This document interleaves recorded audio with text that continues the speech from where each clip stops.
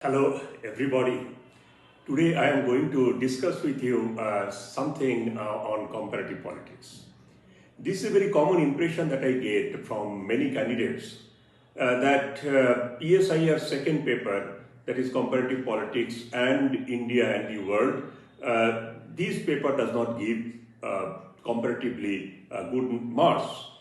I get it even from many candidates who come to Chakrabarti IAS for test series that in spite of good preparation and well versed on international relations, number does not go up. Today, I like to review some of the questions to give an impression that where things may go wrong. I'm not very sure where the problems lie, but I like to discuss so that you can get some impression that where things may have gone wrong. Now I am taking two questions, one from 2019, another from 2020, to just, these are two succeeding years to give an impression that how it can happen. I will be doing a couple of videos on this, taking different kind of questions in this series, and I believe that this will give some clarity to you. Now just imagine that a candidate in 2019 has prepared well on PYQs, and he has or she has written answers on the questions of 2019, and then she goes to or he goes to 2020 mains exam and find a question, and that person gets an impression that, oh, already I have done it, so it's a common question and let me just write an answer. Then based on whatever that person has written on a question in 2019, he tries to develop a framework and discussion on the question came in 2020 mains second paper of PSIR optional. Now I am taking two questions. Okay, first question is examine the significance of the comparative method in political analysis, discuss the limitations. This question came in 2019, and then another question came in 2020, discuss the subject matter of comparative politics and outline the limitations of comparative political analysis. Now, these two questions are discussing about limitations, okay? And that person will find, and that is comparative politics, so therefore that person will find that the questions are almost same, so therefore I can write in the pattern that I have written a 2019 question. But that will be a major mistake, major blunder, because these two questions are not similar. Though both the questions talk about limitations and that is linked to comparative politics, but there is substantive difference between these two. Now the first question, what does it say? Just see. Yes, it says, examine the significance of the comparative method in political analysis, discuss the limitations. The question, what the question demands? The question demands that, method in comparative political analysis. It is talking about method and what are the limitations in that method in the studying of comparative politics. Right? Therefore, a person will have to focus on methodical issues. Now, comparative politics has developed mostly after Second World War, and then it has developed its primary phase from 1945 to around end of 1960s. So this is the primary area where a lot of new debates, whether it is realist, liberal, Marxist, many other kind of debates came up, but most importantly in this phase also developing societies in the name of third world countries have also emerged in international politics. This is the time when Cold War started and the world was divided broadly under two poles, that is called capitalist pole and socialist pole, and in between the process of non-aligned movement also began.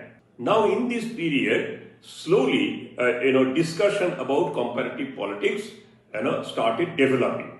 Now newly independent countries were not in international politics or not in international scenario. Therefore, in those countries, the discussion on comparative politics was much, much less than what was there in USA or in Europe. Which way it studies?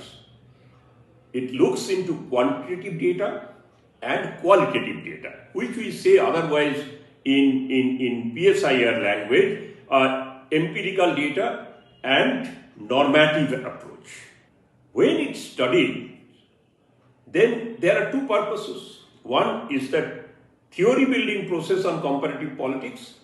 Another is that whatever theories are there, whatever impressions are there, whatever ideas are there, to testify them. That means testifying hypothesis is on the one side.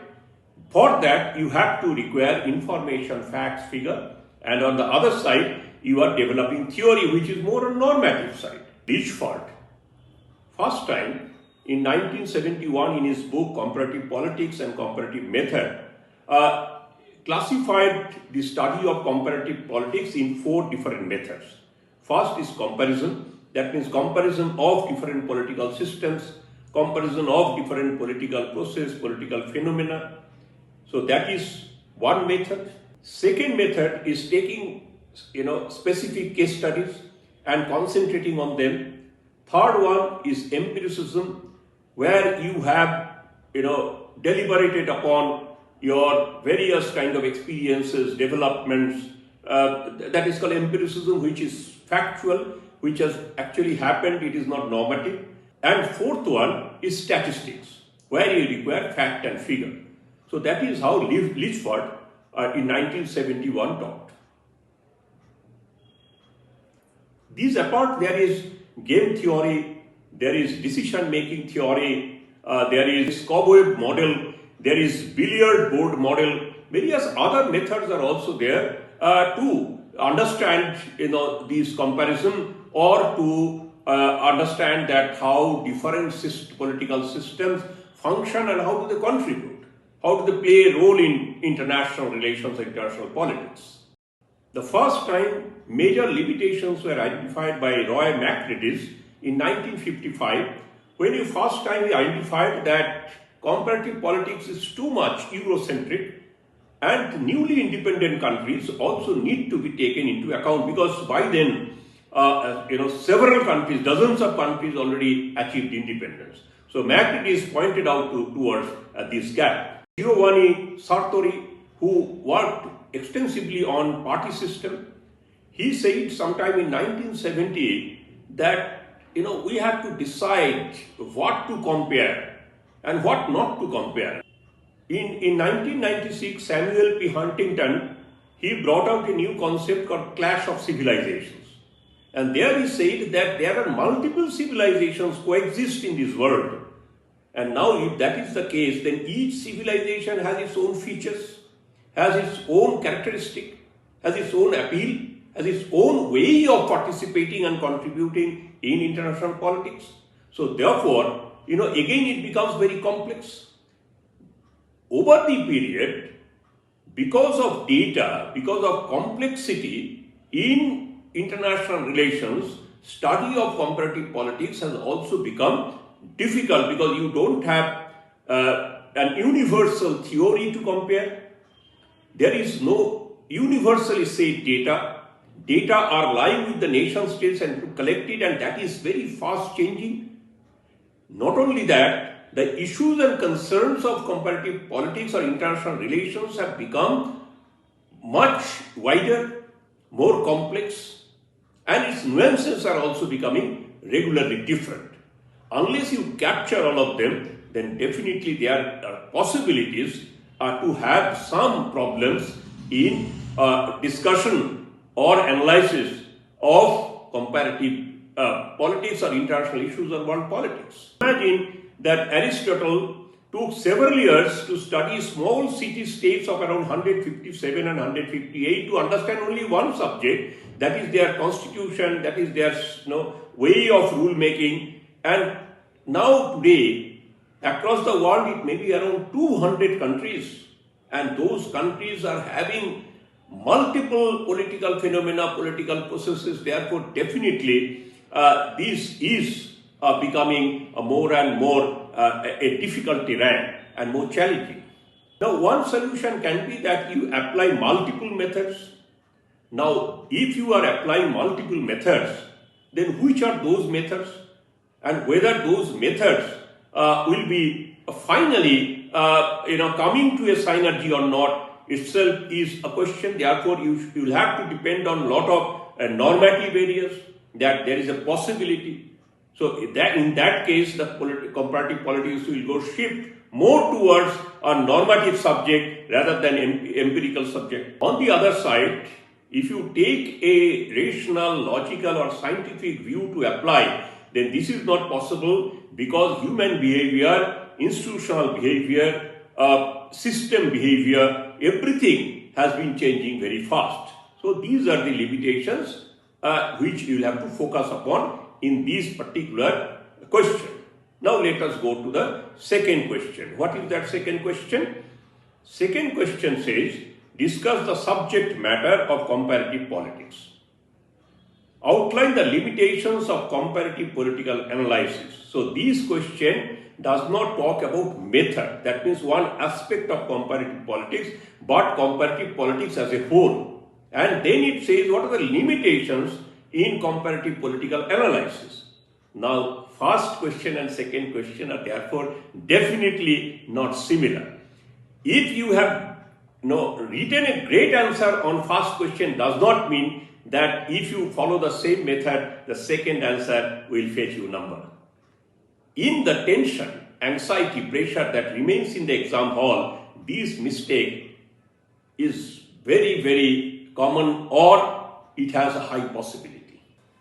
Now, what does this question demand?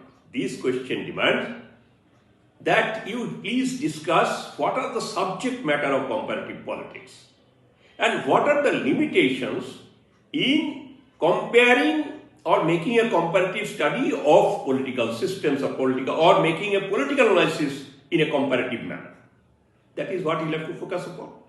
Now, in comparative politics, main actor is state, political system.